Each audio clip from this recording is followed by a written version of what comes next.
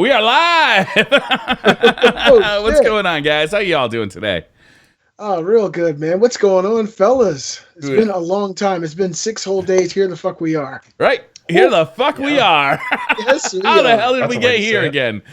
I don't know how this happens every week, man. Oh shit! I got the. What's going on, guys? How y'all? I feel like I'm just I walk down the hallway and I end up sitting here in front of my computer every Sunday, and I Right. happen to see you guys. Hey, what are you guys doing on my computer? What the fuck do I know Get you off my guys computer, from? you damn assholes. Didn't I go to high school with you? Me? No, Guys. I'm way too young. I gotta tell you, I am really psyched to talk about Destiny. Like, I'm really psyched to talk about Destiny. So, before I get into it, because I'm gonna go off. I want to hear. Yeah. All right, I'm gonna go off, but I want to hear what you guys have been playing first. All right, well, I'll make it short and sweet. I've been playing Rise of the Tomb Raider on my PC. This is something that I have never really gotten into, trying full AAA experiences like that on the PC. But let me just say this. This game graphically and the way that's presented and the way the story is being presented and the characters and the voice acting, it's some of the best quality that I've seen in the genre. And I would say at least on my PC, I'm able to play it on very high. As long as I'm not trying to capture it at the same time, it works fine. Yeah. And I've never really seen anything like this kind of, the clarity, the resolution is really unbelievable. My laptop has a 4K display, Mhm. and I even took it to work Friday and showed it, to a few coworkers, getting ready to walk out the door. I want them to see what it looked like. And it's fucking unbelievable the way this game Are looks. you running it natively at 4K?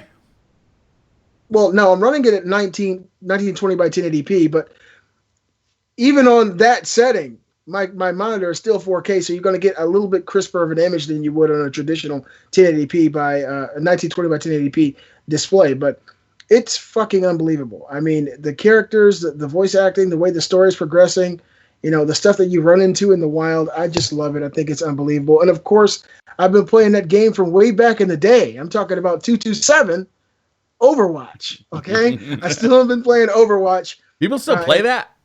Hell yeah, they play it. But people still play Destiny. People Yeah. still play that game? What? And I've gotten a few games. I even got my wife in with me this weekend. We played some The Last of Us, and that I'm sorry guys, that's my Destiny, Briar. Right, That Last is the of Us. game that it'll never get old. It'll never get stale. It'll never feel dated. It'll never feel tired. To me, every single time I play that game, it feels fucking brand new, and it's a very tight When knit do you community. think we're gonna get Last of Us 2? Oh God, I mean to be totally truthful, I think we're probably going to end up hearing about that sometime mid 2017, and it might be a 2018 release, late 2018. If they When want to did- keep up the same When did we pedigree. hear about Uncharted 4 for the first time? Did we hear about it in 2015 at E3? And then they released it? No. E3 2014 was That when was it was announced. 2014 It was was when it was teased announced. when the PS4 launched. And I it actually came remember out. It was teased in 2014. Did they show it No, at E3 2015? If it was teased Yeah. during the PlayStation's initial release, that was 2013. 2013. PS4. Yeah. Yeah.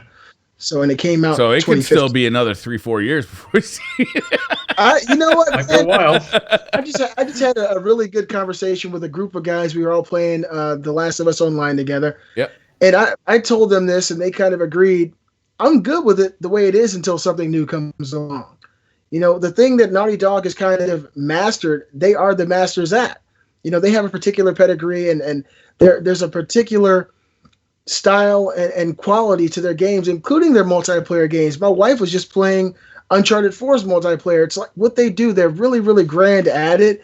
And I'm fine playing that until, they create something bigger and better, which might not even be The Last of Us game. But the day that those servers go dead, a part of me will die on the inside. Right. I'm telling the truth. Overwatch is a very, very fun game. I don't know if it has that kind of staying power for me that The Last of Us has. Mm-hmm. But, there's tons of replayability in it. You learn all these new characters, still characters I haven't played with because you begin to have an affinity towards what you consider favorites. Yeah. But It's almost that's like a fighting game where you got to learn a character and then learn what the other characters do, and then you kind of move on and expand your knowledge that way. that's the thing. The thing with me and Overwatch is going into a game and all of a sudden you and your team are getting your asses handed to you. You got to look at how you're losing, what characters are doing what, and then you can decide on the fly what you can do to counteract that ass kickery. So it's really, it's like chess. It's a very, very involved game. It takes a lot of thinking on the fly. What can you do to help your team and hurt the other team? It's an awesome game.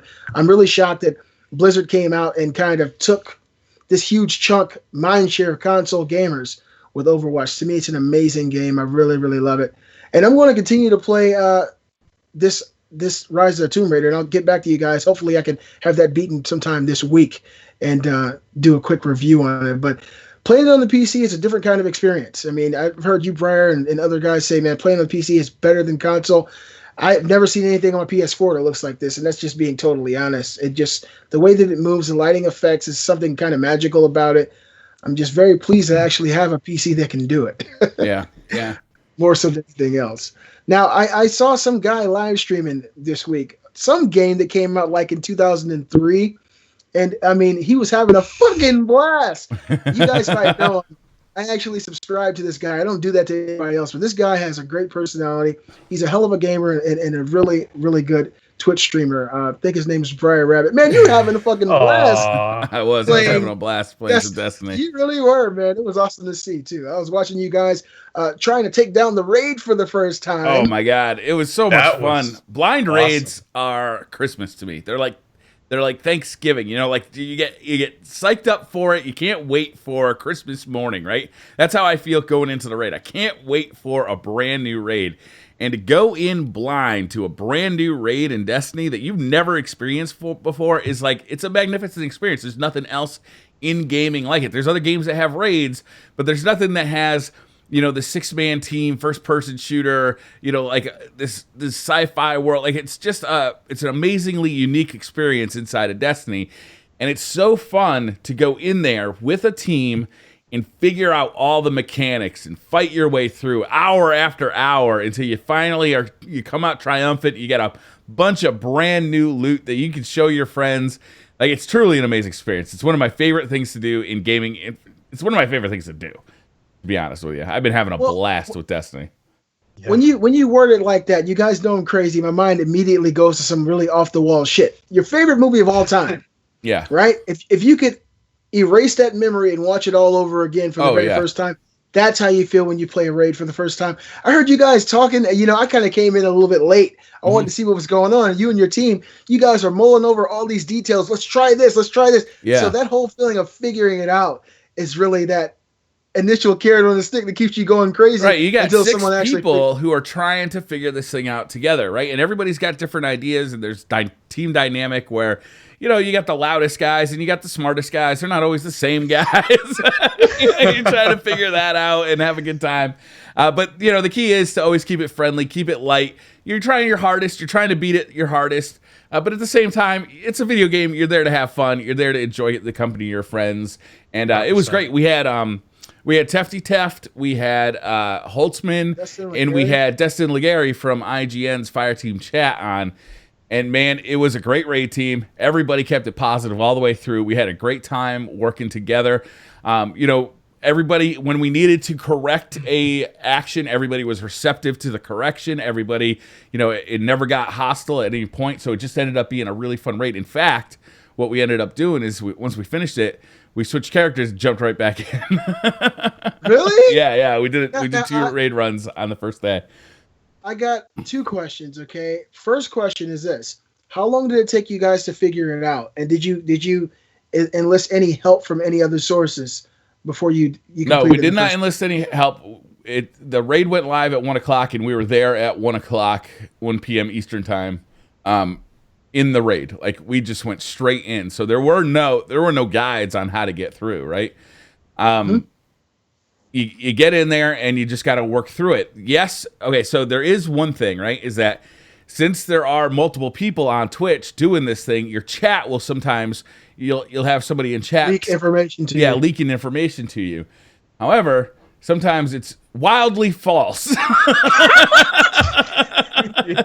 Those bastards. Like either they saw something that they didn't understand, so they don't know how to communicate what they saw, or they're explaining it wrong, or they're just messing with you. Like it could be 100 different things why that information is false. So you got to take that information with a grain of salt. But man, it is a ton of fun to do the raid. This raid in particular is, I think, more fun than the last one was, King's Fall. I think it's the best raid since the original. Vault of Glass was a ton of fun. This one feels a lot like Vault of Glass, where the encounters are very dynamic. You're fighting for your life as well as trying to figure out mechanics. You have to get things done while you're doing these fights. It's huge. It's bombastic. It's graphically the most intense thing Destiny's ever done, and I'm really looking forward to PlayStation Pro now, because there's one section. This is the section that everybody's seen, right? There's this huge, they call it the Death Zamboni. It's like this huge, monstrous tank-looking thing with this like arm that has like a ball on it, and it's firing all sorts of stuff, and it's moving at you along like the top of the wall, that surrounds the last city, or the Cosmodrome. Sorry. So this thing's coming at you. You got all sorts of stuff going on. You got enemies all around you. You're on top of the wall. You got this huge epic vista all around you, but you got fucking slowdown. Like slowdown in a pretty hardcore mode. Robbie, you did the raid. Did you experience that slowdown? Oh, for the that boss battle a little bit? Yes, we did actually. When we were running across the bridge at the beginning, it did start to slow down a little bit. And when there were a lot of enemies, like with the engine parts, it was definitely, the frame rate was I think everyone's had that. Harsh, yeah. So I'm looking forward to the PS Pro. I'm hoping that solves that issue for me personally. Although I gotta say, Destiny, like we've come so far. Like, why all of a sudden now are we seeing this slowdown, right? We've seen these huge bombastic things before. Why all of a sudden are we seeing this? But I got to say, it's the most fun raid. The Rise of Iron content that came out, that's the new DLC that just released. So far, and I've put a lot of hours into it so far to level up for the raid, it is my favorite content that we've played in Destiny. The story is short. It only lasts about 2 to 2.5 hours, but it's fantastic. It's got exotic weapon quests that I swear to God I almost teared up after one of them. Like it was that impactful to me. I know what one you're talking about. Yep. Really? Yeah. Yep. Like this new area, the Plaguelands, is graphically the most interesting thing they've done. It's the most intense thing they've done. They've got in this one Plaguelands area, which is an extension of the Cosmodrome that we've had since the alpha.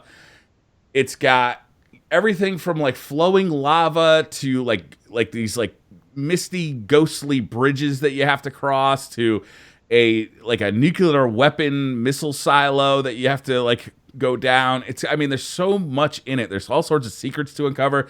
There's a huge tanker ship that's crashed and you got to like crawl all over it. Enormous areas to the scale that we've never seen in Destiny, which has really got me excited for Destiny 2, because if this is what they can do once they leave the Xbox 360 and PS4 or PS3 behind, like what can they do with a brand new engine that's just running on that PS4 and the Xbox One, right? Like engine designed for these newer consoles, and with the power of the PS4 Pro and the Scorpio like on the horizon, like that's even more exciting. So I gotta say, man, Rise of Iron, this new expansion for Destiny, has me like so excited. I don't think it's gonna like last an entire year, right? If you're expecting to play Rise of Iron for an entire year, I don't know about that, right? Unless you're really into the PvP of Destiny, it's not. We'll see, but I doubt it. But if you're into raiding, the raid is fantastic. If you're into strikes, these 3 newish strikes, they're great. The new story is fantastic. It only lasts 2 hours though, so just be aware. There's new exotics. There's new ways to customize your character. There's a new record book that has some of the sweetest looking gear I've ever seen. I got a fucking auto rifle out of the raid that has Firefly on it. Yep. So I'm mowing people down with my auto rifle, and every time I kill somebody with a headshot, they explode and do area of effect damage. It's fucking marvelous. I bet it's awesome. Oh man! I am beside myself with this. Yeah. So which raid weapons did you manage to get, Briar? What have you gotten so far? I got that auto rifle I just told you about. I got a scout rifle. that reloads every time you hit 3 headshots in a row. It gives you 2 bullets back to its magazine. So it's like for every 3 shots you take, you really only take one. Right? It's called triple tap, and then triple double is kind of the extension of it. Yeah. I got a shotgun that is a max. I have that one too. Range. That one's good. A maxed out range shotgun. It's not. You could get perks that would give it a better range, but it's a really good shotgun. And when you hit somebody with that, when you kill somebody with that, it gives you extra shields and faster movement speed, which is great. And then I got a rocket launcher that holds 3 rockets in the magazine, has like maxed out reload speed, and when you reload it, it puts 4 rockets in the magazine. So you can fire like 7 rockets in like the span of like 15 seconds. Now, I haven't played this. Have you guys tried the new Gallahorn? Yeah, that was my weapon. Yep. What are your thoughts on that? That alone could get me to go play the DLC right now. It feels like the Gallahorn, man. The Gallahorn is back. It's been gone for a year, so it's nice to have it back. It does a ton of damage, just like you expect it to. It's nostalgic. A lot of people are using it on my raid team for specific enemies or for doing damage. The last boss of the raid, I'm not going to spoil anything, but it's cool as hell. And there's some really cool mechanics to doing the fight as well. But a lot of people are using it in that boss fight. It's nuts, man. It's the Gallahorn. Let me ask you a question. As the guy who's probably completed the least amount of raids here, as far as difficulty goes, how does this compare to some of the other raids that have been released during DLC? I would put it, I'd say right out of the gate, for me, it was the easiest one. Wow. There are a few reasons for that, though. One is I was over-leveled for the raid. That's the first time I've ever done that. That's the first time I've ever been over. For Vault of Glass, I was hilariously under-leveled when I was going into that, because the Vault of Glass was how you leveled up to get like Vault of Glass, right? It's like you had to the end game was getting Vault of Glass armor and weapons to level up your character, right? So that was annoying. That was hard.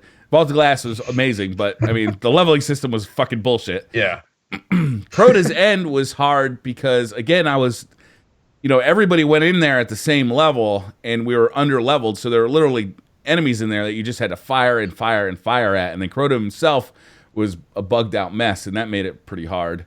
Oh boy, remember when everyone would unplug like the Ethernet cable on the Xbox One and stuff like that? Yeah. The King's Fall raid was just mechanically very difficult to figure out. This was less mechanics, more fighting, but we were over-leveled. That's the first time I've been in a raid where I was over-leveled. I was comfortable in there without dying. What level were you going into this? And what level do you think most people would have been? I entered the raid at, I think, 371 or 372. And the recommended was 360, or like that was it's 370. Yeah, it's 370. 360 though is what they said before that. Really? Yeah, they had put the 360 out there, and I think you can do it at 365 and be not a liability to your team. 360. I did it at 352 the other day, so we got past the first 2 bosses, which I'm incredibly proud of. We were all very underleveled, which was awesome. So I think in the future, Destiny will probably have to take a look at that, like making sure that people can't. Because what we did basically is we got Rise of Iron. We found out what the fastest ways to level up our character were, and we fucking ground it hard. I was spending 12 to 16 hours a day just grinding to get as high a light level as I could. Oh man, that's fucking hardcore, bro. Yeah. Well, the goal was going into the raid was to make an attempt at world's first, right? A world's first clear, and we didn't get that. I don't even think we got in the top 100, but we did do it in about 4.5 hours, 4.5 hours, which was pretty good. Last year, King's Fall took us about 12, 13 hours. I remember that, man. I stayed for a lot of that too.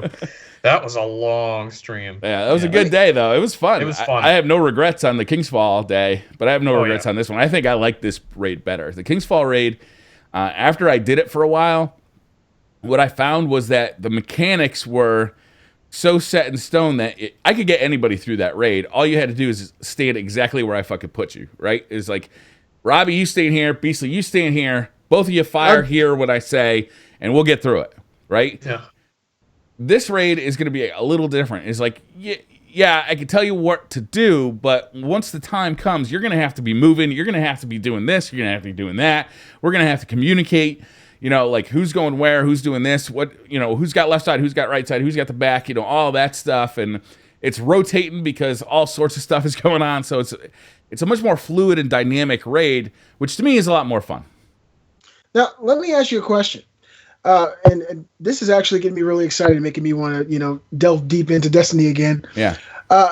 The Taken King DLC, when that came out, it was expansive. It was really big to me. Yeah. To me, that was a huge chunk of a game. Yeah. How does the Rise of Iron, how does it compete? It's smaller. It's smaller in scope than Rise of Iron. You get a new playable area. You get like a new patrol area, like you did with the Dreadnought. The Plague Lands, I think, is actually better than the Dreadnought. I think it feels bigger to me. Maybe that's because I'm flying around on my Sparrow. I don't know. But it feels, it's a lot better looking. It's not just like a brown and black dark space. Like well, you gotta get brown and black shit, man. That's a good point. I'll check myself. But this one is much, it's much more varied. There's like I said before, like there's a bridge that you cross. It's in like the mist going over a ravine. There's like a huge crashed ship with containers falling off of it. There's like this big area that has got like lava flowing through it. And then there's the Archon's Forge, which you go in and it's like what do you call that, Robbie? What's like the type of event, like a horde mode? It's not really a horde mode. It's more like an arena mode, right? And you go in there and people can just join on you and you all fight together, which is really fun. You get some amazing loot. I got the sniper rifle that's got like a 6-foot long spike coming out the front of it. Sick, dude. Oh, that's really impressive. But not forgotten. I want that one so down badly. It's really good, Robbie. It's really good. Everyone I know has it, and I don't. And I'm like, ah. We got to do some Archon's Forge then, Robbie, because it's Archon's Forge. So they've tried this like arena type mode before in Destiny. They had Challenge of Elders, then they had, Prison Elders. Then they did the Court of Oryx. Then they revamped the Prison Elders, made the Challenge of Elders. And I've never really dug any of them. This was the first one where I'm like, they got it right this time. The arena is interesting enough that I have fun in there. The fights feel different enough while I'm in there that it's fun. It's relaxing. It's not relaxing, but it's just a fun way to spend some time. Whereas Court of Oryx was so confined that it just got boring really quick because there's like 3 pillars to hide behind. It was boring. It just never really did it for me. Prison of Elders got boring too and repetitive. Yeah. This is fun. This is fun. Totally. It's really fun. So that it's smaller. To answer your question, Beasley, it's smaller in scope, right? There is a new raid. There's a new arena mode. There's a very short story. There's a 5-mission long story, and there's the Plague Lands. Yeah, there's 1 brand new strike and 2 revamped ones. Yeah. Oh, they revamped old strikes in here? Yeah, remember the first one, the Devil's Lair with Sepix Prime at the end? Yeah. They redid that one. They did a nice job on it too. They did it's pretty fun. I think that probably my favorite strike. Yeah. Things like that, to me, I mean, even just revamping old strikes breathes a lot of life into this game. And from what I understand, this is the last DLC pack we're going to get for Destiny, correct? From what we know, yes. Yeah. We don't know it for sure. I mean, there could be another one in spring, but I think it would rather be an update. It'll be like the April update this year. What I suspect is that we're gonna see live events going through the winter, like we saw last year. We'll see the Festival of the Lost. We'll see the Sparrow Racing League, and then we'll see something Crimson in February. Doubles. Crimson. I don't know if they're gonna do Crimson Doubles again. I don't think they really liked how that went. Okay. Yeah. And then we'll see some kind of an April update. But I don't think it's going to be like a big DLC. I think it'll be something smallish. And then we're going to see Destiny 2 come around next year. Yeah, totally. Now, let me ask you a question. You were just talking about kind of these new horde modes, not really horde modes, but events. Similar to the Prison of Elders. Prison of Elders became very bland for me really quick. Yeah. After you go through it, a couple of times, it's pretty much over. Is this new horde mode, does it have the same kind of feel, or do you think it has more of a replayability factor to it? For me, it feels more replayable because, first of all, there's more people there. It's not just a 3-man event like the Prison of Elders. Okay. Yeah. You got you can bring in a fire team of 3, but there's also random people just showing up, and you can get up to 8 people in there. Is it 8 or 6? I think there's up to 8 people that could be in I think there. it's 8, yeah. Which is cool. And then you can manipulate, matchmaking a little bit to actually get a party of 8 in there, which is really fun. Like, so all 8 of you are on party chat fighting together inside of this thing in the Archon's Forge.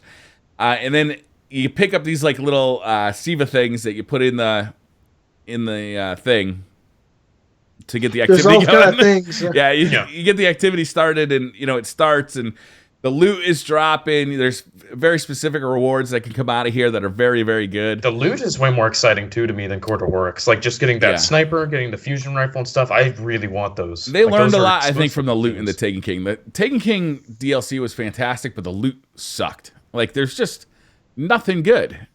Yeah. Like nothing good came out of the Taken King. I'd say the exotics were good, but like the raid loot sucked. I can't think of anything that was really like, the raid oh my loot god, was kind of okay. Yeah, but this is different, man. We got a record book that we're getting amazing loot from. We got the Archon's Forge we're getting amazing loot from. We haven't even seen Trials of Osiris. We haven't even seen Iron Banner. And we have seen the Trials of Osiris armor, which looks fucking sick. It's like blue. It is sexy. It's blue and gold, beastly.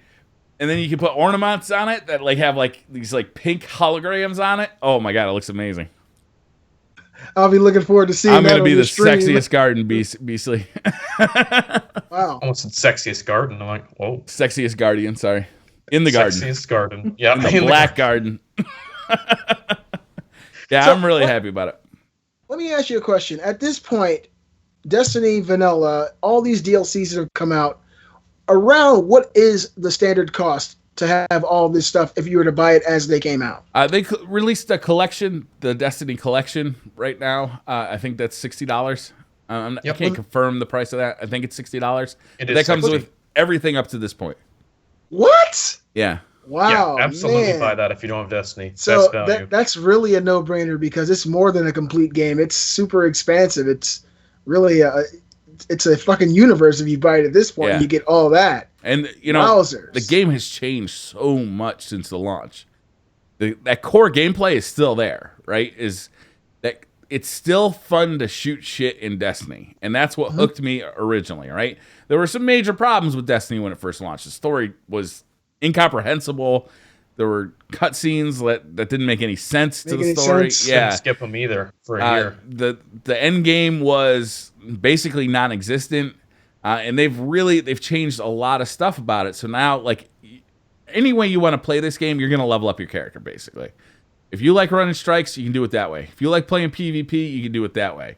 If you like running raids, you can do it that way. Like, any way you want to do it, you're gonna level up your character. You're gonna kind of like constantly just be upgrading your character. It's just a more fun game than it used to be. The stories are much better. The story in The Taken King was fantastic with Nathan Fillion doing Cade 6. The story in Rise of Iron, I think, is even better. The exotic quests, like they've learned how to give out exotics in a much better way. So then now that you have a story that goes along with that exotic weapon as opposed to just randomly showing up. I think there's still work they can do. I'm looking forward to Destiny 2 so that they can take everything they've learned from making Destiny and put it into this next game, like from the ground up, as opposed to just trying to modify Destiny to, make it better. But you can see the changes they've made. There's a part, this is going to be a little bit spoiler. I'll try and make it super quick. If you skip ahead 2 minutes, I swear to God, I'll be done talking about it. Oh, Briar. If you go into the new social area called Fellwinter Peak, you can actually go up and climb, like up out of what you would expect to be the playable area. And climb like up above this huge temple and like on and on and on and on. Right, till you get to the top, and then there's like a reward up there for reaching. It's a difficult climb, like it's a jumping puzzle, basically. To me, I was doing this, and I'm like, all those people who spent all that time trying to explore the tower and like jump around in the tower and try and get off the map and try and find new areas of the tower. And then we got the reef, right? We got the playable space in the reef. And everybody's exploring the reef and like jumping down into pits and trying to get like as far out into space as they could. Bungie saw all this, right? They saw said, what we were do doing. something for 'em. Well, yeah, I mean, like, they like doing this, so let's build the game around how they like to play it. That's what Destiny has been. That's what's been so impressive about Rise of Iron, is that there's so many times where I'm just like, damn, you know, they saw what we like to do that wasn't necessarily built into the game, and they let us do it. Right? They just, like, they've been building the game up. They clearly didn't know what they had on their hands when they made this game, right? They had an idea. It was a good one. But they didn't know exactly how players would respond to it. But they've seen it now, and now they're building the game with that knowledge in mind, and it's really becoming a much more fun game, which is great. Now, I got actually two questions.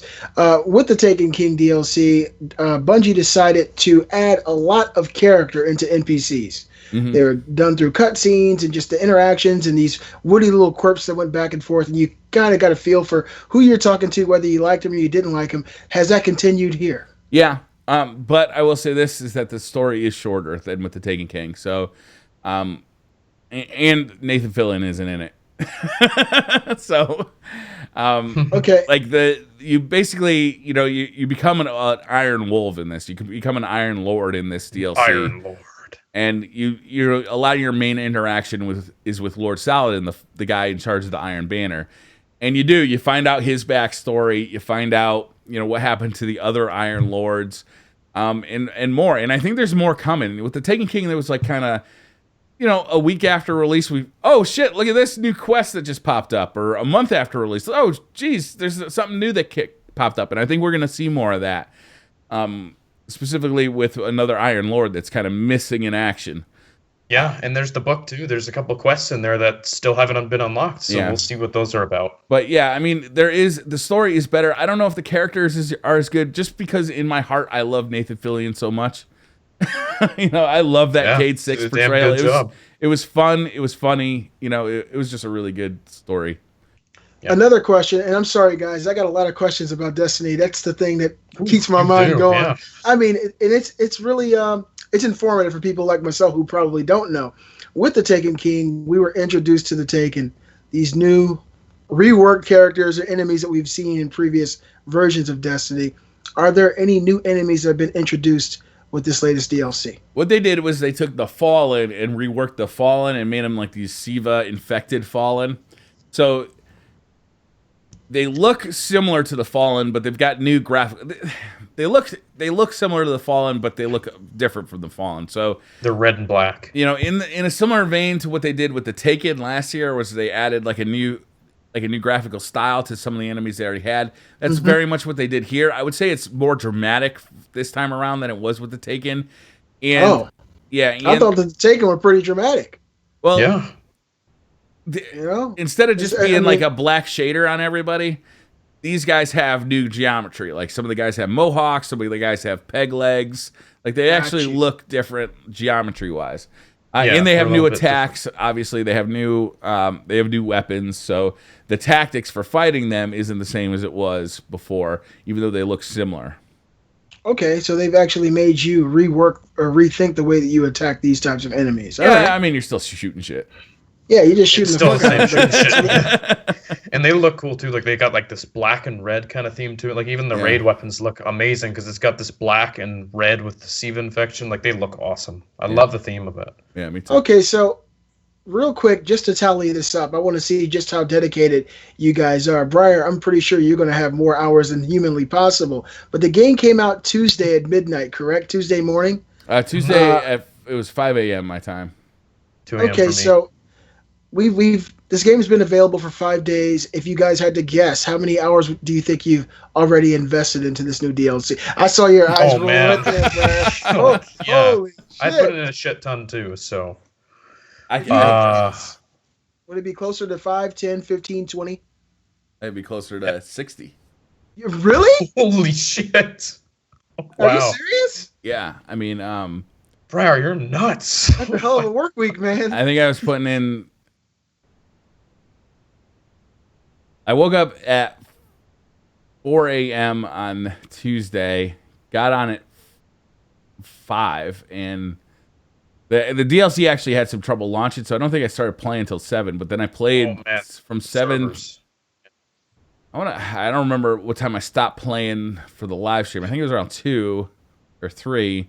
But then I ate dinner and I hopped back on to grind, and I think I ground like, into the night. That's basically every day I just played Destiny all day. I would stop to eat and sleep and then get back on. If I wasn't live streaming or if I was live streaming, I was playing. If I wasn't making a video, then I was playing or I was sleeping. But I was just running strikes, man. Running strikes, trying to level up. Let me just say that I truly, no jokes here, admire the fucking dedication you put into what you love. Science awesome. Science and doctors have not come up with the actual name for this illness, but I'm sure it's going to be called Destiny Briar Thrombosis, where your time actually stops. Dude, my thumb is actually worn out. Like, it's tired. like if you went too hard on leg day, you know how your legs are just tired? That's how my thumb feels, man. I swear to God. Yeah. I can just imagine the commercial now. Have you experienced lost time? Are your thumbs always numb? I was icing it on Thursday. Do you own a copy of Destiny? Well, if you do, if you answered yes to all these questions, you might have Briar Rabbit Destiny Thrombosis. Mom, I don't know where I've been for the last 5 hours. You've been on that goddamn game, Tommy. The crazy thing, Beastly, is that I got all that work and I got up to level 371. There were guys at 385. Fuck that, yeah. Man.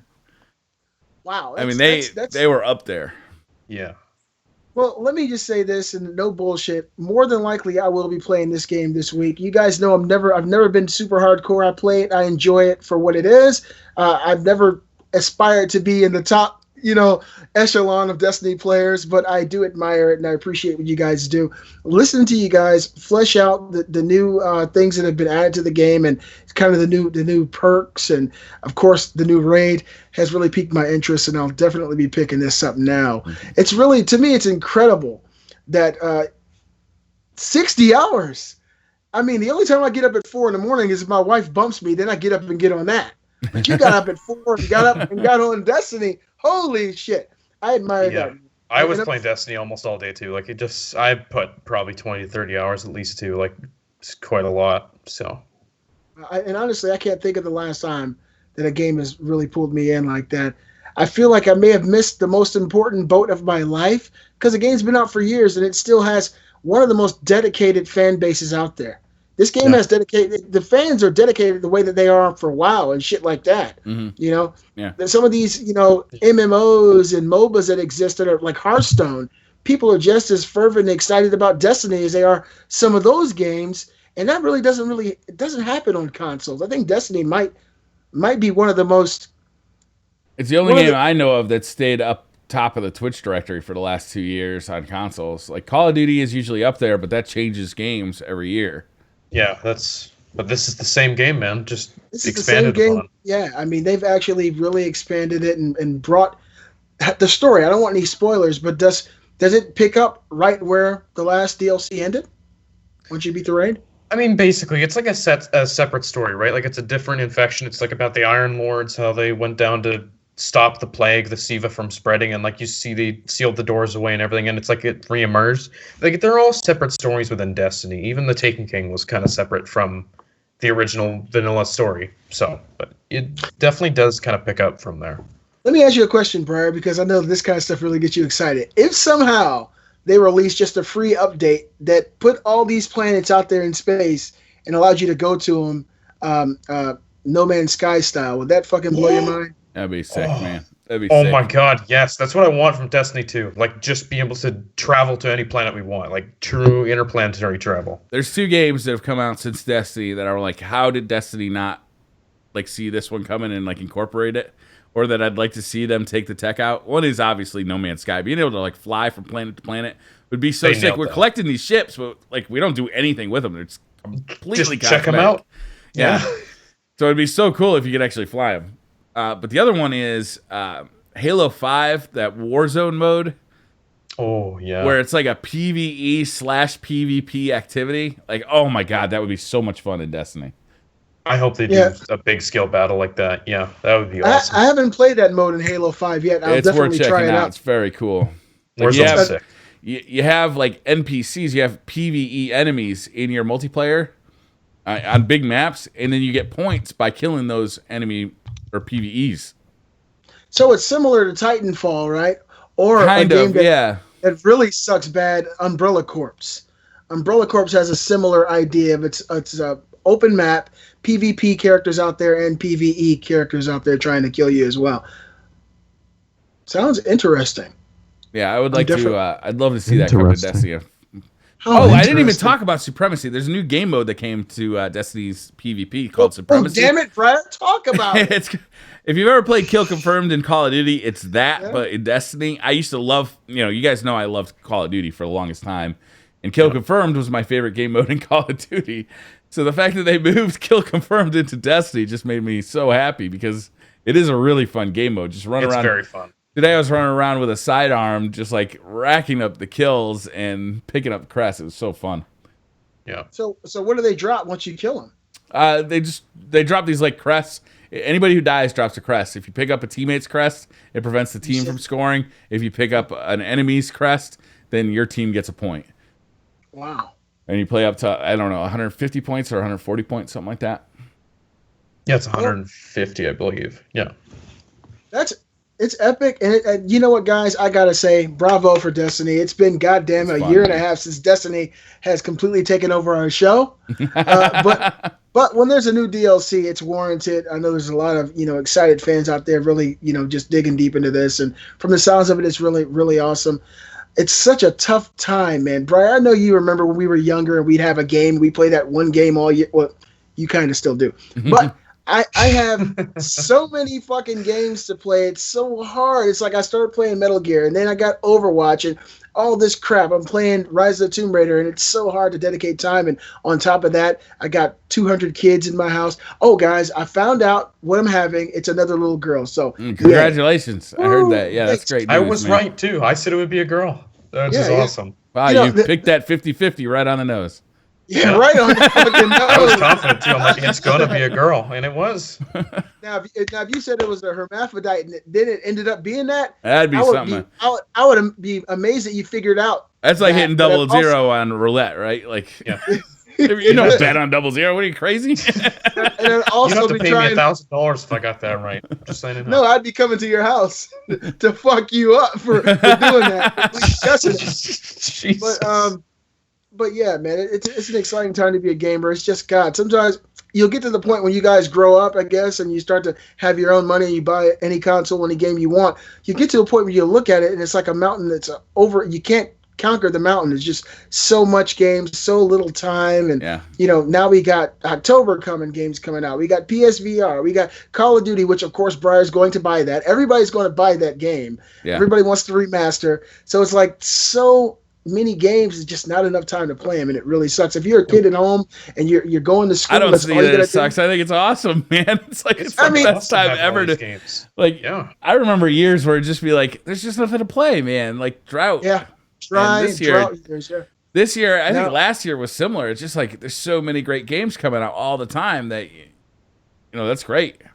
I still have. You got games you bought last year. You still got. I still got Far Cry 4. I never played it. Far Cry. I still have Shadows of Mordor. I still have Rainbow Six Siege. I still have God of War Remaster. I've got Final Fantasy. What is it? I'm trying to remember. 10 and 10-2 for PS4. Still in the wrapper. Never opened it up. It's just really, really tough, man. I got games from 2014 that I still haven't played yet. And here's something for all you kids out there. If you're 15, 16, 17, you're still living at home and all you got to do is clean your ass and clean your room, play all the games you can.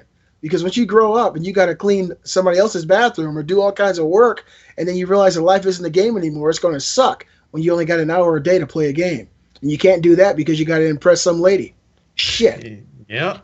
I'm just starting to get started with that. So thanks for reminding me. Oh, yeah, well, you're still at home, Robbie. Yeah. Play those damn games. Yeah, I have lots of time through games, so I'm lucky. Well, you are a lucky fuck.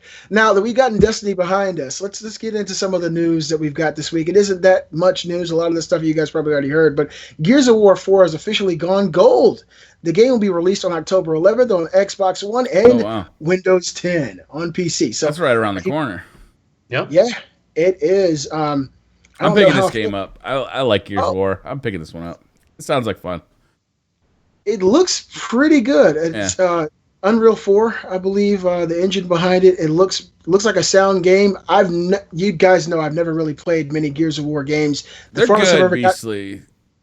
Like, they're fun.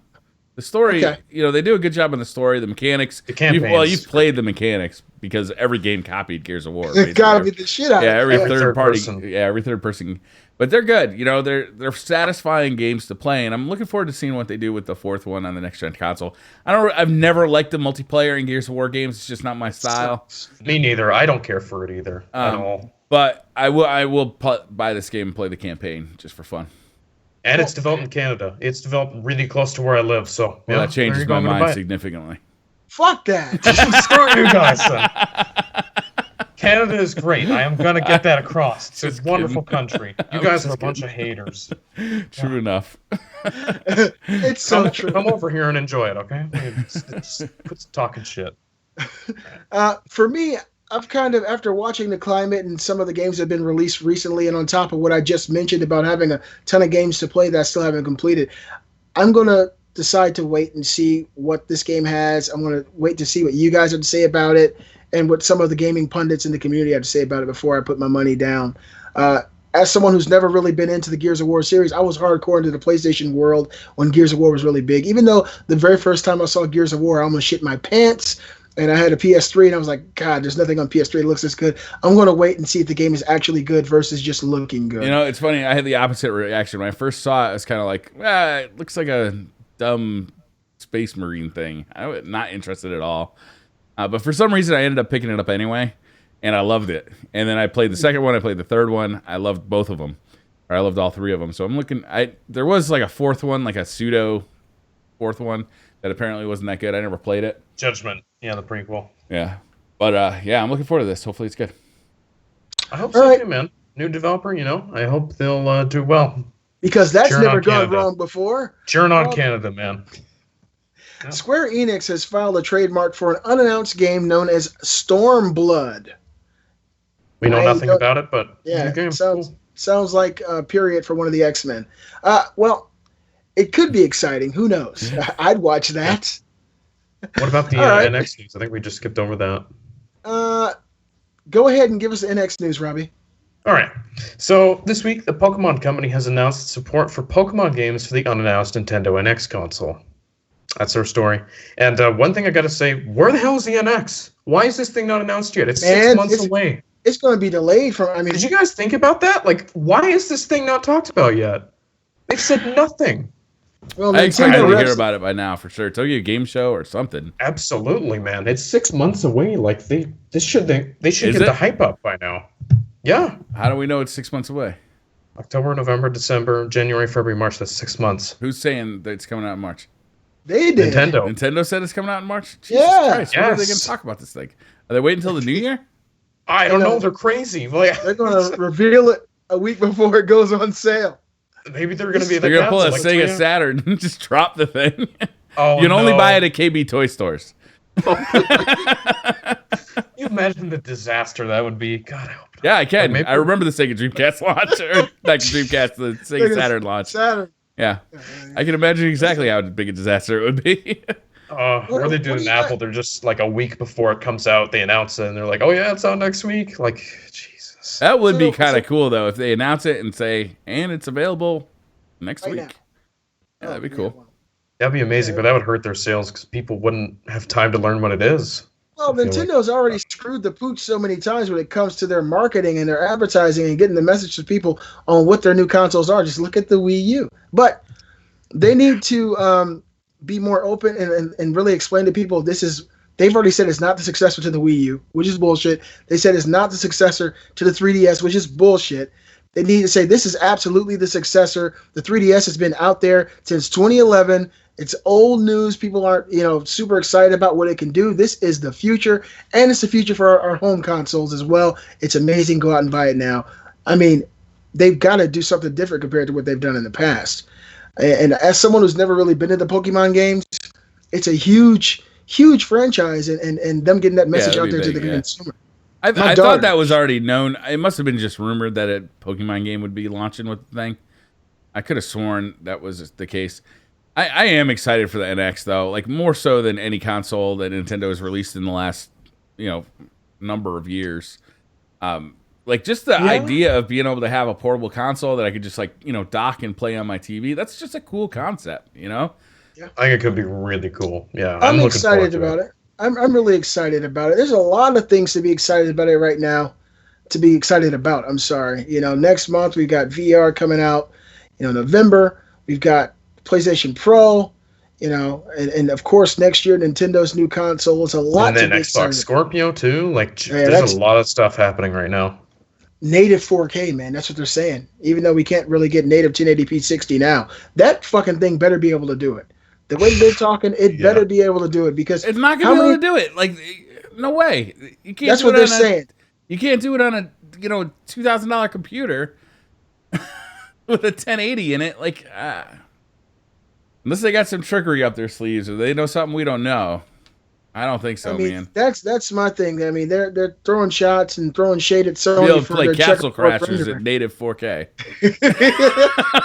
That's great. That's great. Then what would PS4 Pro be able to run at native 4K because it's even less powerful? Well, they're using that screen door trickery. Checkerboard rendering. Yeah, they'll be able to play chess at 4K. Dude, Battle Chess though is lit. Battle Chess is the shit. Honestly. So, I mean, we'll see what happens, man. But there's a lot of things going on. It's a lot of money, a lot of reasons to be saving your money if you really want to, have the latest and greatest. The only thing I'm really concerned about is PlayStation VR right now. Nothing else has really gotten me excited. And continuing on with our last little bit of news, FromSoftware, longtime developers. Hold on. Sorry, there's people in chat asking. I guess they don't know much about the NX. They're saying, so is this a portable console or a home console? So I should explain. From what we know, this is a hybrid console. So this is something that is going to be portable, but you can also plug into your TV. And we don't know. They might have separate processors and things like that, but it's two separate devices, basically. So, yeah, it's all rumor at this point. But that's not what I understand at all. It's one device that But there's a dock. You're right. Yeah. That will dock. You'll have a dock sitting like near your TV that's plugged into your TV. But this one device is what plays the games. And either you can use it as a handheld console by plugging the controller onto the sides of it, or you can pull the controller off the sides, plug it into the dock, and then instead of playing on the small screen on the portable device, you play it on your TV. Yeah. I apologize. That's what I meant. Thank you, Briar. I think Beastly's gone. What happened to him? We lost him? Shit. Well, he didn't like you talking trash about the NX, man. Yeah, he's like, I'm out. I'm out. I'm done with you. All right, is that it for news? No, there's actually some news about FromSoftware, which is pretty exciting. You want to talk about that? Yeah. All right. So this week, he's back. Actually, I'll let him do it. I was listening the whole time. FromSoftware, longtime developers of the acclaimed Dark Souls series, has confirmed it's currently working on 3 new projects. One of them is confirmed to be a brand new Armored Core game. Woo! Armored Core. It's only been 500 years since we've seen one of those, right, Brian? Yeah, it's been a long time. I can't even remember the last time I played one of those. I think it was on the PlayStation 2. PS2. Actually, let me find out. Do you have fond memories, or were they kind of... No, yeah, I like those games. Sad? I don't know. It was a different era then. Like, what do you do with an Armored Core game now? Because basically they were rail shooters, right? Yeah. Well, maybe you can make an open world mech game or something like that. Like I don't know. I don't know a ton about those games. I've never played them, but definitely could be cool. I mean, FromSoftware is an awesome developer, so I'm sure they'll make something cool. Whatever it is. The last Armored Core game was Armored Core 5, and it released in 2012. Wow. Really? Who developed it? That wasn't that long ago. Yeah, it was on PS3. Armored Core 2 was in 2000. 3 was in 2002. Okay. And they had a few knockoffs or, side stories. I remember like 2 and 3 coming out. I don't remember. Actually, correction. The last Armored Core game was Armored Core Verdict Day, which released in 2013. There's a shit ton of these games. Let's find out, shall we? Yeah, I don't know. FromSoftware. They did the spin-offs too? Wow. Right. That made this news somewhat less exciting. I'm going to be honest with you. Yeah, well, yeah, I thought, Briar. I thought that they were first just getting their hands on it. Let's see who. I wonder if they developed Armored Core 2 back in 2002. I mean, I'm sorry, 2000. So they've had this franchise since the beginning. Let's see what they can do with it, man. I mean, they've grown to be some of my favorite developers out there. Oh yeah. And they are good at what they do, and hopefully they don't turn this into a Souls or a Bloodborne game, and kind of keep the old tropes that made it, I guess, magical. I was never really a mech guy, even though Diva and Overwatch is fucking amazing. You think they're gonna make another Bloodborne? They have to. There was actually a quote from this interview about Miyazaki. He was saying he wouldn't put off the idea of making another Dark Souls like the game. They're done with Dark Souls, but they wouldn't make like another Bloodborne. Oh, they're not gonna make any more Dark Souls games? No, they said Dark Souls is over, but now he's saying he might be open to doing another like spiritual successor type thing. I'll put $100 on the barrelhead right now with any one of you guys that we see another Dark Souls game come out. Like, that's fucking just leaving money on the table. If they're talking about Armored Core 5, 6, 7, 8, and you're gonna tell me you're not making another Dark Souls game?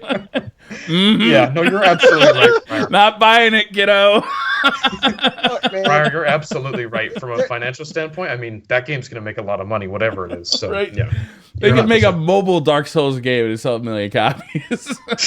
I mean, he's telling the truth, man. I mean, if a developer makes a game, a AAA game that receives the kind of rave reviews, critical reviews that these have, fucking Uncharted, dead, yeah, right. The Last of Us, possibly, yeah, right, definitely coming. Bloodborne, definitely coming. It's one of PlayStation 4's biggest exclusives. Dark Souls, give me a break. Dark Souls kind of created its own genre. You think that they're not going to make more of that? Give me a break. They might hand it over to someone else to develop, but there's no way in hell. It's like saying there won't be another Red Dead Redemption, or we're done with Grand Theft Auto 5 or Grand Theft Auto. Get out of here. That's idiotic. You're right. Yeah, it's too much money. There are too many fans out there. There are people who still play these games today who still have just love and admiration in their heart for what these developers have created. There's no way that this would ever not happen again. There's no way. 100%, man. I mean, GTA 5 is still so popular, and it's been out 3 years now. Like, it's huge. I refuse to play it. I bought it for my sons. I refuse to play it. I just can't do it anymore. I remember when Grand Theft Auto was just simple. Now it's like a whole fucking new world. I can't do it anymore. I still love it, so stop talking shit. When I was 14, I loved things too, Robbie. I think, you know what, I think I like fell out of the love with that series after San Andreas. Oh yeah, San Andreas was like a right time, right moment kind of game. Whereas they'd greatly improved the gameplay of Grand Theft Auto, and like they nailed like that, like the whole aesthetic with that one. But none of them after that really captured me as much. I have more fun with the online stuff than I do with the stories. For me, I would probably have to agree with you there, Briar. Even on PSP, they were released on PSP, and I had a lot of fun playing those older GTAs on PSP. Yeah. The newer ones, it just seems like you gotta stop your life to live this new life. And I remember when it was so much simpler. And I know people are like, man, it's better to have more to do. To me, it's just so much games, so much to do in them. It gets my brain scrambled. It just becomes convoluted. I know that the game is a technical masterpiece and a marvel, and everybody loves it and plays it. My kids still do, but I've kind of grown past it. That's the way I feel until they do something totally different. I think as we age out of the humor that is in those Grand Theft Auto games. The dickbag humor, yeah. Yeah, a little bit. I know what you mean. They throw nigger around like all the damn time. It's kind of funny though. I find it pretty funny. My nigga, what you say? What's up, nigga? How you doing? Oh no! How did this happen? It's pretty funny. I don't know. Is that it for news? Let's move on. Oh. Look, you want to keep talking about him, my nigga? Look, that's the last little bit of news that we got, Briar, okay? We're done. My Caucasian friends. Listen. We're currently looking for a third podcast host because Robbie got murdered. Listen, Listen, he ain't gonna get murdered. Black people don't go to Canada. It's too fucking cold. You tripping. Is that it for news? Are we done? That's it, man. That's it. All right. Good show, man. That was fun. I really enjoyed it. Thank you guys for letting me talk about Destiny so much. Oh, thank you for elaborating. I was excited to talk about Destiny, yeah. When it comes to Destiny, man, you're like Picasso. You just paint a picture with your words. I feel like I already had the DLC, man. You know, if I listen to you talk I would recommend it, Beastly. It is fun. And, you know, if you do end up picking it up, let me know so we can do a raid together, because raiding is a blast. One thing that I know that I'm sure you know is when your wife says something, it's pretty much out of your hands. Yeah, that's how I wound up with 4 fucking cats. Was it 3 last week? Look, Kate already mentioned to me, you know, and on top of that, she's pregnant, and so every time you kind of give her a rebuttal, she rebuts that by saying, "I'm pregnant." Yeah. Look what you did to me! Hell yeah! This was all your fault. And then you Why look we're at her having and kids, you, not me. You know, I don't know if it's real or not, man, but every time she gets up, she looks at me and takes a deep breath. And so when that happens, I'm like, what do you need, babe? I'll take it. But she did mention to go ahead. It's time to get back on Destiny. So more than likely to happen this week. I'm looking forward to it, too. I'll definitely hit you up, brother. Yeah. Dude, we should totally play together, man. Oh, that'd be awesome. Definitely want to get into Archon's Forge. Archon's Forge is a lot of fun. The raid is... I like it the best so far. That raid is We haven't seen a hard mode raid yet. We haven't seen the hard mode. We haven't seen challenge mode, but when normal mode was so fun. How It's usually 2 or 3 weeks later. Wow. Yeah, a month maybe. Something like You gonna that. be ready, Brian? You gonna be ready for the hard? Oh, yeah, I'll be ready. We're going to go for world's first again. We're going to try for the world's first. Yeah. Oh, all right. There are amazing secrets to find too in that raid, man. Like there's a lot of chests, and there's that whole monitor thing, and the chest at the end. Has anyone figured that out with the lasers? I don't know if anybody. so. We've gotten 6 out of the 7, but I don't know about the 7th one. Yeah, I think we're still figuring it out. So. And speaking of chests, have you guys ever seen a 5-month pregnant woman? Those chests are huge. No. All right, guys. Thanks for tuning in to Beastly Thoughts Live episode. What episode was it? 127? 126. 126. 126? Oh, I had 127 up the whole day. Of course we did. The show wouldn't be right if we didn't. No. All right, guys. Anything you guys want to pimp out before we go? I drive a Chrysler Town and Country. I would pimp my ride, but it's already a piece of shit. But thank you all so much for watching. If you guys want to come through my channel and see some of the latest videos, definitely do that. We're going to put a 40-inch TV right here. Yes! For shag carpeting all the way through. Exhibit be hooking me up. Yeah, but, of course, I have tons of videos on my channel. There'll be plenty more uploaded this week. I had a great time playing the games I've been playing. Super good time listening to you guys talk about Destiny. You guys have really piqued my interest. And hopefully, if you guys haven't tried it, but if you guys are Briar fans, more than likely you have, definitely give this new DLC a shot, because I want to be doing it myself. You sold it, Briar. You sold it. Good. Robbie? All right, Robbie's got nothing to say, so...